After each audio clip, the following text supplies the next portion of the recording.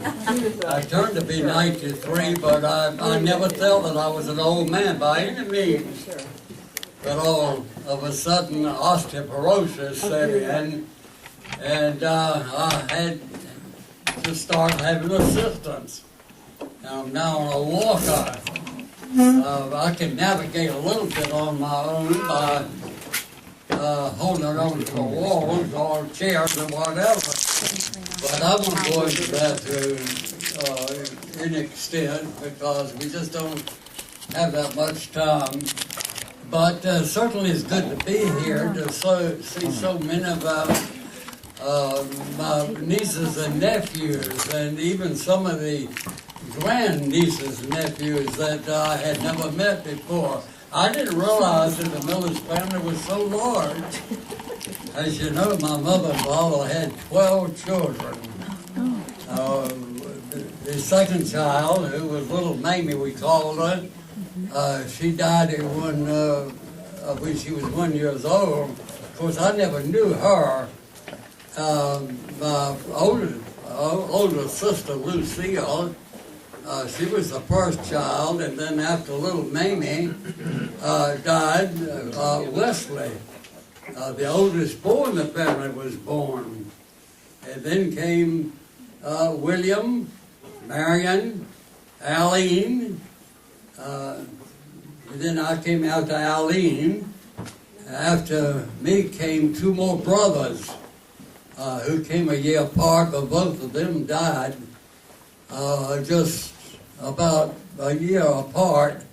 I vividly remember them. I was only about 3 or 4 years old when they passed away. I remember when we lived at 18th and 9, Aline came down with pneumonia, and we thought that she was going to die in the same house where my two little brothers had died. But she passed the crisis and lived on.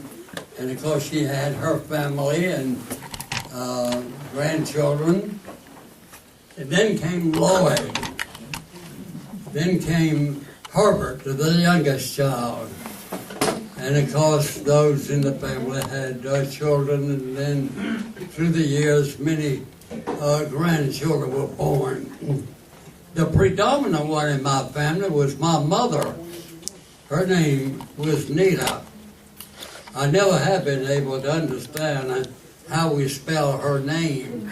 Sometimes I would see it as N-E-T-E-R, N-E-T-A, N-E-T-I-E. I never did find out exactly the correct spelling of her name. I don't know whether her parents knew how to spell her name. Somehow I think it should have been N-I-T-A. But they, for some reason or another, they spelled it either N-E-T-A or N-E-T-I-E or whatever. Nevertheless, my mother was the predominant one in the family. She was the disciplinarian, and boy, could she pour it on. I'm telling you what, I remember one time when she had come down from downtown. The trolleys ran in Wilmington then, and I kept looking for that trolley to come and for my mother to come down from the downtown. When she got into the house, she hung her pocketbook up on a nail in the closet, and somehow the pocketbook fell to the bottom and opened up, and there her change purse came out. Boy, I helped myself.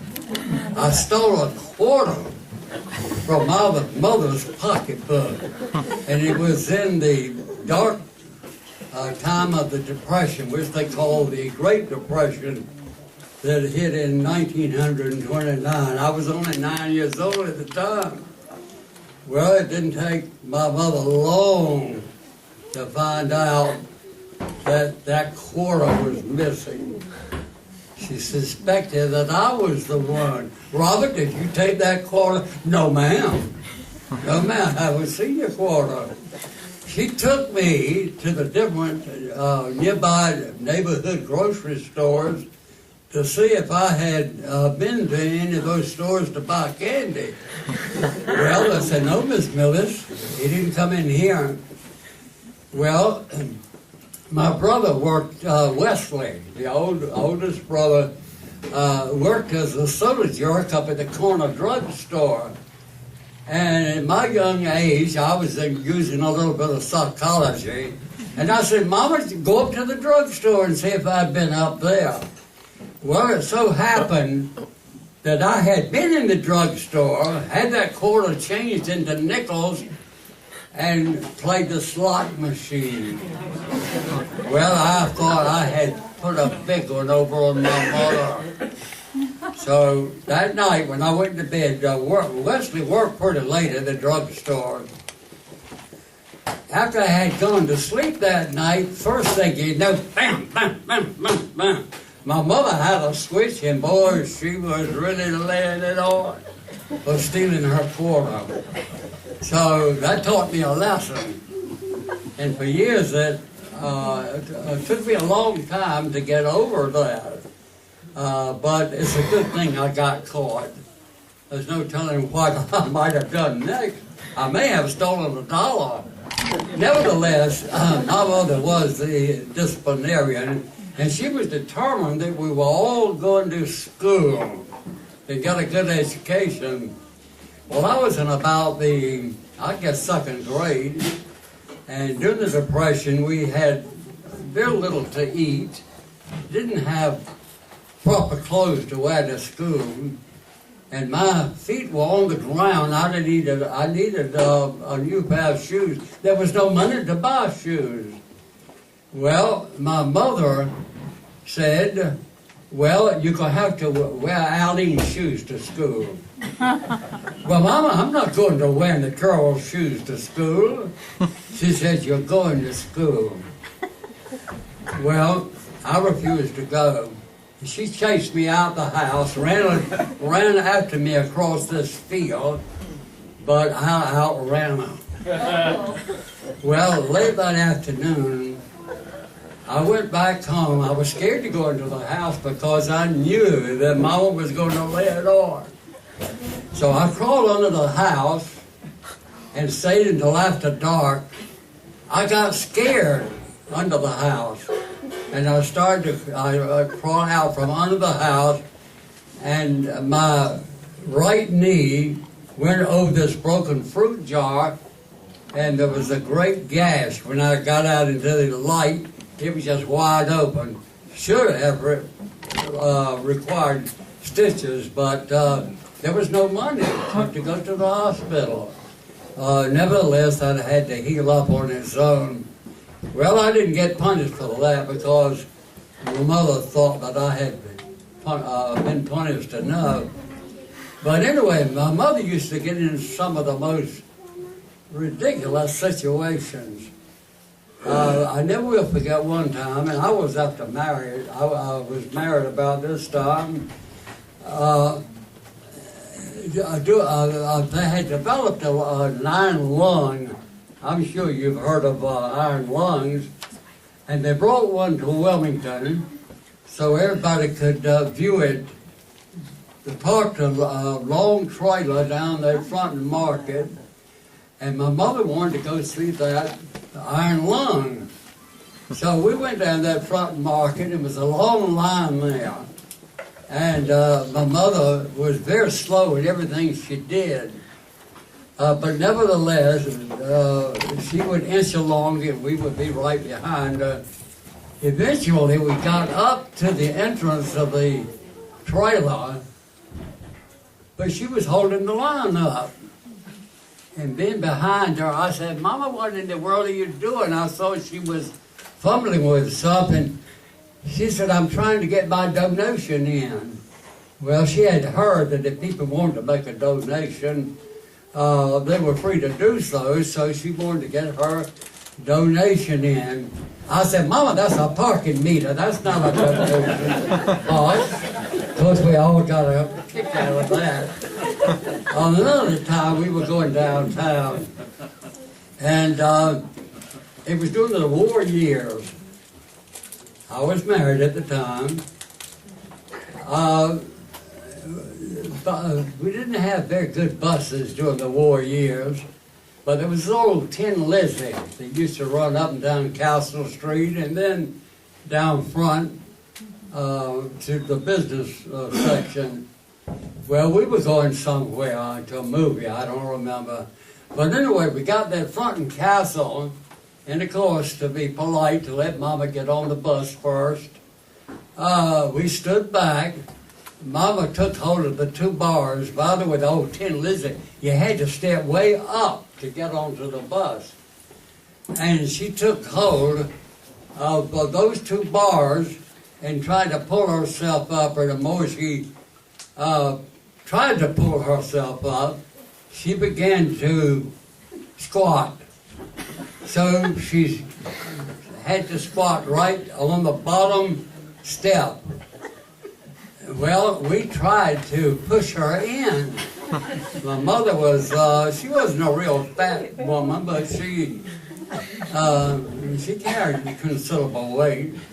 So the bus driver reached over like this and let me help you, madam.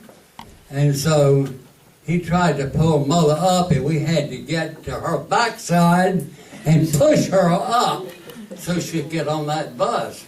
Of course, we all got tickled at that. One time, my mother invited my wife, Charlotte, and me to eat supper. I was working for the Atlantic Coastline Railroad at the time, and I was to meet Charlotte at Mama's. To meet there, but she hadn't gotten there quite yet. But we got there about the same time, and when we got there, we saw Mama in the kitchen with the broom going around the kitchen trying to knock something off of the ceiling. And we walked in and said, Mama, what in the world are you doing? She said, I'm trying to get these biscuits off the ceiling. I said, what in the world are those biscuits doing on the ceiling? And she said, well, I bought these canned biscuits, and I was trying to look at Edge of Night. Some of you older people may have remembered that soap opera that came on late every afternoon, and Mama loved to keep up with that soap opera. Well, she didn't want to miss anything, so she would walk from the kitchen to the dining room, and she was just twisting that can of biscuit. And there was a guy on there, one of the main characters called Mike Carr. Well, he had a gun, and he was going around, and my mother was very tense. She would get really involved in something like that.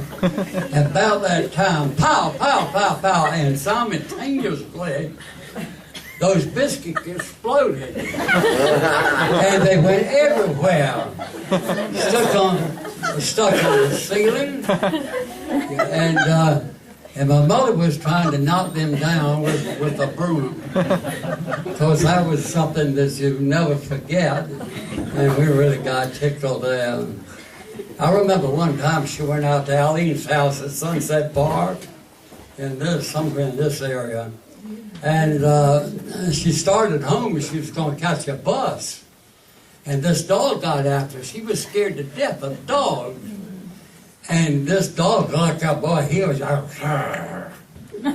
And my mother was scared of the dog. The bus hadn't come yet. And that dog got nearer and nearer, like he's getting ready to attack Mama. And Mama said, "You there?" And scared the dog. And that dog started slinking off from Mama. So that's really what saved her at that point. I remember one time, my mother took me downtown. It was during the Halloween season. And I wanted a tuna face. And of course I had all kinds, of tuna faces. And she was trying to do her shopping. And I kept saying, Mama, I want a tuna face. I want a tuna face. And after a while, she turned around. She said, I'll give you a tuna face. She slapped me when she did. She gave me a Kuna face, all right.